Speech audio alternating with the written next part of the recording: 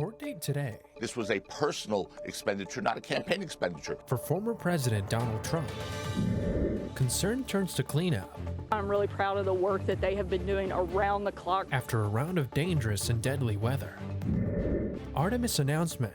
To introduce the world to the crew of Artemis II. The DC Bureau live with an update on the latest mission to the moon. And school districts suing over social media. Instead of getting teens off of social media, I think we should potentially meet them where they're at. These stories and more coming up on Newsbreak. Hello, South Florida. I'm Hawa Izel. I'm Leanna Busarbush. Today is Tuesday, April 4th, 2023. Live from the FIU Lee Kaplan School of Journalism and Media, this is SFMN Newsbreak. Security ramping up outside of the courthouse in New York City. It's all ahead of the felony arraignment of former President Donald Trump.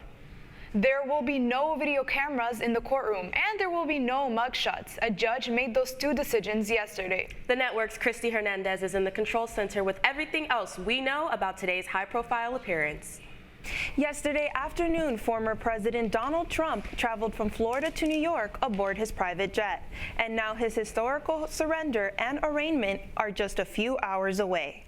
Today, former President Donald Trump is expected to turn himself into a Manhattan court where he will become the first former or current president to be charged with a crime. Trump is facing over 30 counts related to business fraud following an investigation into a hush money payment to adult film star Stormy Daniels, days before the 2016 election. This was a personal expenditure, not a campaign expenditure. While the official charges are not yet known, Trump's legal team is setting up for a legal fight. The team will look at every potential issue that we will be able to challenge, and we will challenge. Trump has been active on his social media, calling the Manhattan District Attorney, Alvin Bragg, politically motivated and claiming the judge overseeing his case, quote, hates him. Bragg's predecessor says these statements could strengthen the case against him. I would be mindful of not committing some other criminal offense like obstruction of governmental administration, which is interfering with or by threat or otherwise the operation of government. Trump is in the middle of his latest bid for presidency, and his newest challenger, former governor of Arkansas, Asa Hutchinson, says the multiple investigations into Trump is telling to voters. It should give Americans pause. Later today, Trump is expected to return to Mar-a-Lago, where he is planning to give a primetime speech. In the control center, Christy Hernandez, South Florida Media Network. Two of Florida's political leaders were among nearly a dozen put in handcuffs after protesting the abortion ban. It was in Tallahassee yesterday. Democratic Party Chairwoman Nikki Fried and State Senate Minority Leader Lauren Book were protesting a bill prohibiting abortion after 6 weeks with some exemptions. Police say the two were among 11 who refused to leave after they were asked multiple times and were arrested for trespassing. Fried posted on Twitter at midnight that they have been finally released. A federal disaster order is in effect this morning for parts of the country affected by recent severe storms. 32 people are dead, 900,000 were without power, and in some cases, entire towns were destroyed. Reporter Angela Rivas from our DC Bureau has the latest on the federal response. I'm standing outside the Federal Emergency Management Agency, where President Biden recently approved a major disaster declaration for Arkansas after 2 confirmed tornadoes hit the state. Biden also announced they are working with other states such as Indiana, Mississippi, and Tennessee to assess further damage and provide federal assistance.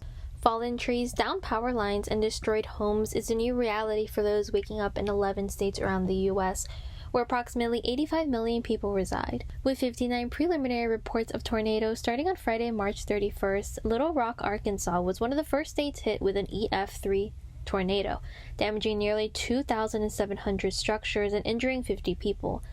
Governor Sarah Huckabee Sanders pointed out how modern technology tornado warnings save lives, and that they are now doing everything they can to sort through debris.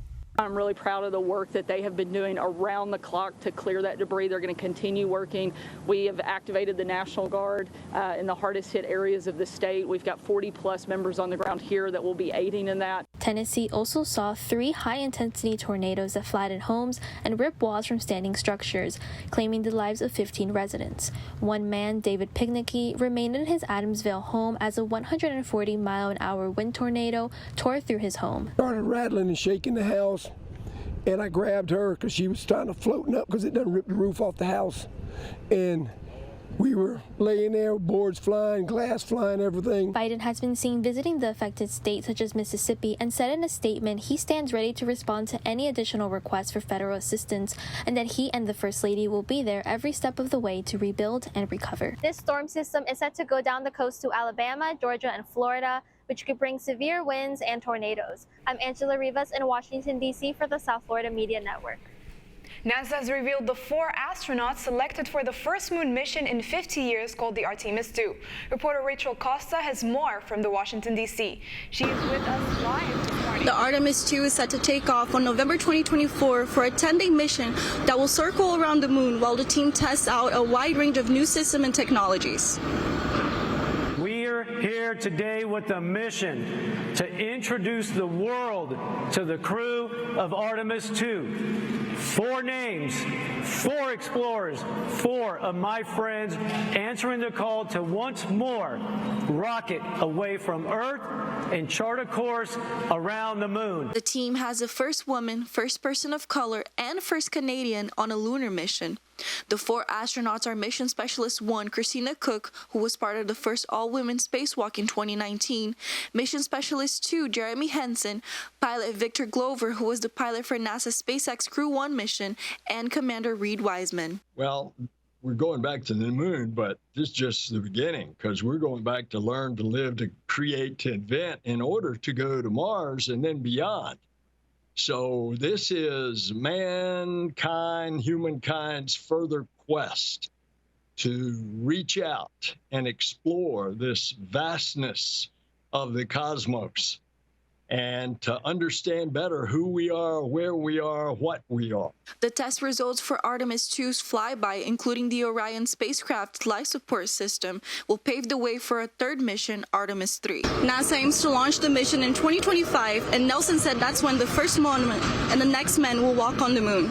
Reporting for the South Florida Media Network, I'm Rachel Costa from Washington, D.C. Richard Branson's satellite company Virgin Orbit files for bankruptcy on Monday following a failed mission in January. The California-based company is now seeking a new buyer as they lay off hundreds of employees last week due to financial constraints. The company planned to launch its first rocket from England, but the operation failed as the 9 satellites were lost. According to the bankruptcy filing, the company has about $243 million in assets and $153 million in debts. School districts are suing popular social media companies, and as we learned from D.C. Bureau reporter Nicole Ardila, the districts are blaming companies for worsening the youth mental health crisis. Students, parents, and even the TikTok CEO have recently testified in hearings here on Capitol Hill about the impact of social media on youth mental health and learning abilities. Some experts say it's not all their fault. Several school districts across the U.S. are blaming companies like TikTok, Snapchat, Meta, and YouTube for violating public nuisance laws, putting profits over youth well-being, and deliberately designing the apps to be addictive while knowing of their harmful effects on children. Lawyers say social media companies' responses to the lawsuits will depend on future Supreme Court rulings expected by this summer. Bay District schools in Florida recently joined several more districts from at least 7 other states, with the latest being Alabama, to seek stronger safety and restriction features and financial compensation. Lawyer Michael Innes explains why. School districts are in turn then having to spend more and more resources, money, time, teachers on abating that mental health crisis. And for our clients, that spend is not sustainable. Earlier this year, bipartisan lawmakers discussed the Kids Online Safety Act proposal, aiming to protect children from social media dangers and addiction. And just recently, TikTok CEO testified before Congress, facing concerns about the exposure of harmful content. But one mental health expert believes that setting limitations and removing appealing features isn't the solution to the youth crisis, but promoting healthier online interaction is. And so instead of getting teens off of social media, I think we should potentially meet them where they're at and say, how can we use this as a tool to promote their well-being and their learning? The next step is to wait for the companies to receive the complaints and to file a motion to either dismiss or respond to them, which legal experts expect to happen within the next 6 months.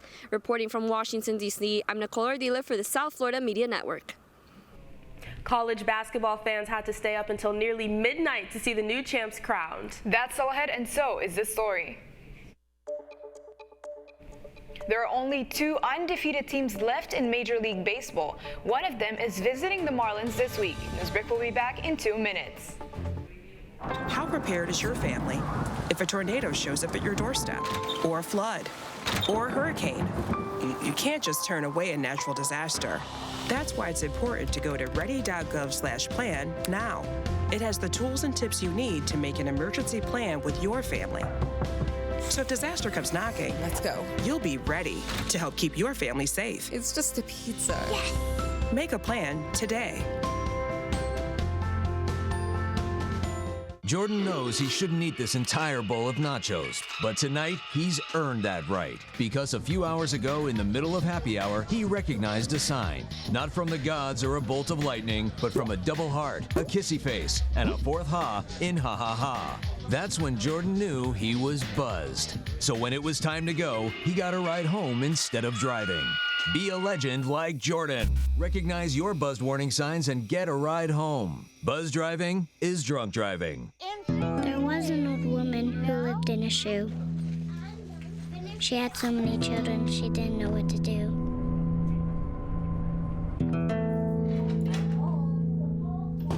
She gave them some broth without any bread and kissed them all soundly. Lights out. Good night. And put them to bed. Hunger is a story we can end. End it at feedingamerica.org. I help our fellows design their paths as creative entrepreneurs. My experiences serving startups, creative businesses, and cultural organizations, and my journey as a queer mixed immigrant with Haitian and Arabic roots, inform the co-creative environment we foster at Radcliffe.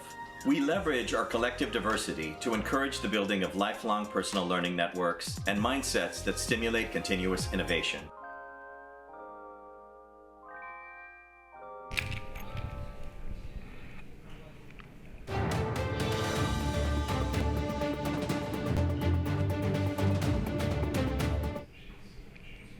After dropping 3 of 4 to the New York Mets, the Marlins welcomed the Minnesota Twins for the 2nd series of the new season.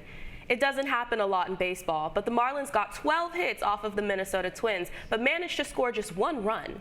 The Twins, on the other hand, were on fire offensively. They scored 11 runs on their way to the victory and a 4-0 for the 2nd season. The Marlins dropped to 1-4. The same 2 teams play tonight at 6:40. Fans of the NCAA men's basketball are waking up with a new champion this morning. UConn taking on the San Diego State for the final game of March Madness. As they have in every game this tournament, the Huskies cruised to a double-digit win. The final score in this SDSU 59, UConn 76. The Huskies are your national champions. You're watching SFMN Newsbreak, and we're coming right back.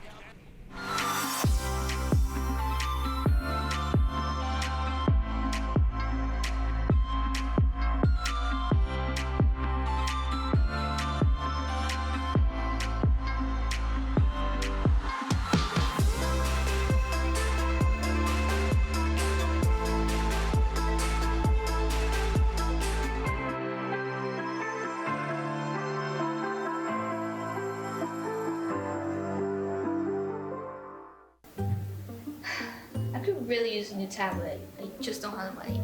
Let me ask you something. Do you have a Pell Grant? Yes. You do know you can get a free tablet, right? Did you say free? Yeah, free. It's simple. And the application is done in the store. I could really use a tablet. Go get one. Another satisfied customer. Stop by Panther-Tech in the Graham Center at FIU MMC today to speak with one of our associates to get your free tablet. Type 2 diabetes can have a big impact on your life. But how can it be prevented? Well, the first step is knowing if you have something called prediabetes. Take the 1-minute risk test today at doihaveprediabetes.org.